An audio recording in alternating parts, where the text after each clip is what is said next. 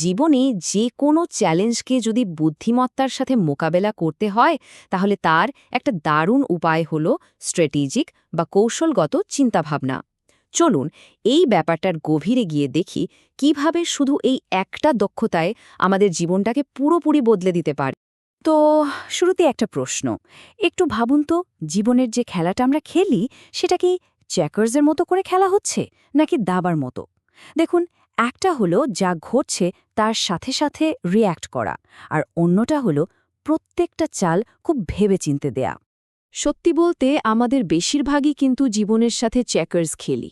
মানে যখনই কোনো সমস্যার সামনে আসে আমরা সঙ্গে সঙ্গে একটা প্রতিক্রিয়া দেখাই, কিন্তু সেটার জন্য আগে থেকে কোনো প্রস্তুতি থাকে না। এই যে প্রতিক্রিয়াশীল মন, এটা অনেকটা অটো পাইলট মোডে চলার মতো। সারাদিন শুধু ইমেল, সমস্যা আর নানা রকম চাহিদার পেছনে ছুটতে ছুটতেই দিন শেষ। অন্যদিকে একটা কৌশলগত মন কিন্তু প্রত্যেকটা পদক্ষেপের লম্বা সময়ের প্রভাব নিয়ে ভাবে, ঠিক একজন পাকা দাবা খেলোয়াড়ের মতো। এই যে এত দ্রুতগতির একটা পৃথিবী, এখানে সবাই তো চায় নিজের ক্যারিয়ার আর জীবনে একটা বড় লাভ দিতে, তাই না? সবাই চায় ভবিষ্যতের রাশটা নিজের হাতে রাখতে। আর ঠিক এই জায়গাতেই স্ট্র্যাটেজিক চিন্তার আসল শক্তিটা কাজে লাগে। আচ্ছা, একটা উদাহরণ দিলে ব্যাপারটা পরিষ্কার হবে। ধরুন দুজনের চাকরি চলে গেল। প্রথমজন, যার চিন্তাভাবনা প্রতিক্রিয়াশীল, সে তো একদম আতঙ্কিত হয়ে শয়ে শয়ে সিভি পাঠাতে শুরু করল, আর যে অফারটা প্রথমে পেল সেটাই নিয়ে নিল। ফলাফল আবার সেই এক খেমিতে আটকে পড়া। আর দ্বিতীয়জন, যে কিনা কৌশলগতভাবে ভাবে, সে একটু থামল, নিজের অর্থনৈতিক অবস্থা আর লম্বা সময়ের লক্ষ্যগুলো নিয়ে ভাবল, এবং শেষ পর্যন্ত আগের চেয়েও ভালো একটা চাকরি জোগাড় করল। দেখুন, ঘটনা কিন্তু একটাই, কিন্তু ফলাফল একেবারে ভিন্ন। তাহলে এই যে সারাক্ষণ প্রতিক্রিয়া দেখানোর জীবন, এটার সমাধানটা কি? উত্তরটা কিন্তু খুব সহজ, কিন্তু দারুণ শক্তিশালী। একটু থামা। হ্যাঁ, এই সামান্য বিরতির মধ্যেই কিন্তু আসল ক্ষমতাটা লুকিয়ে আছে। দেখুন, স্ট্র্যাটেজিক চিন্তাভাবনা মানে কিন্তু কোনো চালাকি বা স্বার্থপরতা নয়। এর আসল মানে হল স্বচ্ছতা, দূরদর্শিতা আর বুদ্ধিমত্তার সাথে যে কোনো সমস্যা বা সুযোগের মোকাবেলা করা। আর এটা শুধু বড় বড় সিইও বা জেনারেলসদের জন্য নয়, এটা আসলে সবার জন্যই একটা ভীষণ জরুরি দক্ষতা।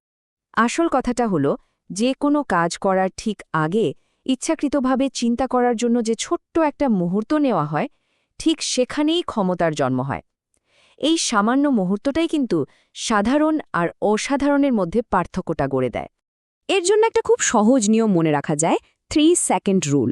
মানে কোনো প্রতিক্রিয়া দেখানোর আগে মাত্র 3 সেকেন্ডের জন্য থামুন, একটু ভাবুন, তারপর কাজটা করুন। বিশ্বাস করুন, এই ছোট্ট অভ্যাসটাই একটা বিশাল পরিবর্তন এনে দিতে পারে। এখন চলুন কৌশলগত চিন্তাভাবনার 3টে মূল ভিত্তি কি সেটা একটু দেখে নেওয়া যাক। এই 3টা জিনিস জানা থাকলে যে কোনো জটিল স্ট্র্যাটেজিও অনেক সহজ হয়ে যাবে। প্রথম ভিত্তিটা হলো স্বচ্ছতা বা ক্ল্যারিটি। কারণ একদম শেষ পর্যন্ত কোথায় পৌঁছাতে হবে সেটাই যদি পরিষ্কার না থাকে, তাহলে কোনো পরিকল্পনাই তো কাজে আসবে না। মনে রাখতে হবে, স্বচ্ছতাই সবচেয়ে বড় শক্তি। এর জন্য এন্ড গেম বা চূড়ান্ত লক্ষ্যটাকে উল্টো দিক থেকে ভাবতে হবে, মানে একদম শেষ থেকে শুরু করতে হবে আর কি। প্রথমে ঠিক করে নিতে হবে পৌঁছাতে হবে ঠিক কোথায়, তারপর সেই বিরাট লক্ষ্যটাকে একদম ছোট ছোট ম্যানেজ করা যায় এমন ধাপে ভেঙে ফেলতে হবে। আর কাজগুলোকে গুরুত্ব দিতে হবে তাদের প্রভাব অনুযায়ী, তাৎক্ষণিক ইচ্ছার ভিত্তিতে নয়। দেখবেন তখন মনে হবে, আরে এত বড় স্বপ্নটাও তো আসলে অর্জন করা সম্ভব। দ্বিতীয় ভিত্তিটা হলো পূর্বাভাস বা অ্যান্টিসিপেশন। এর মানে হলো শুধু এখন কি হচ্ছে তা না ভেবে ভবিষ্যতের কথা চিন্তা করা।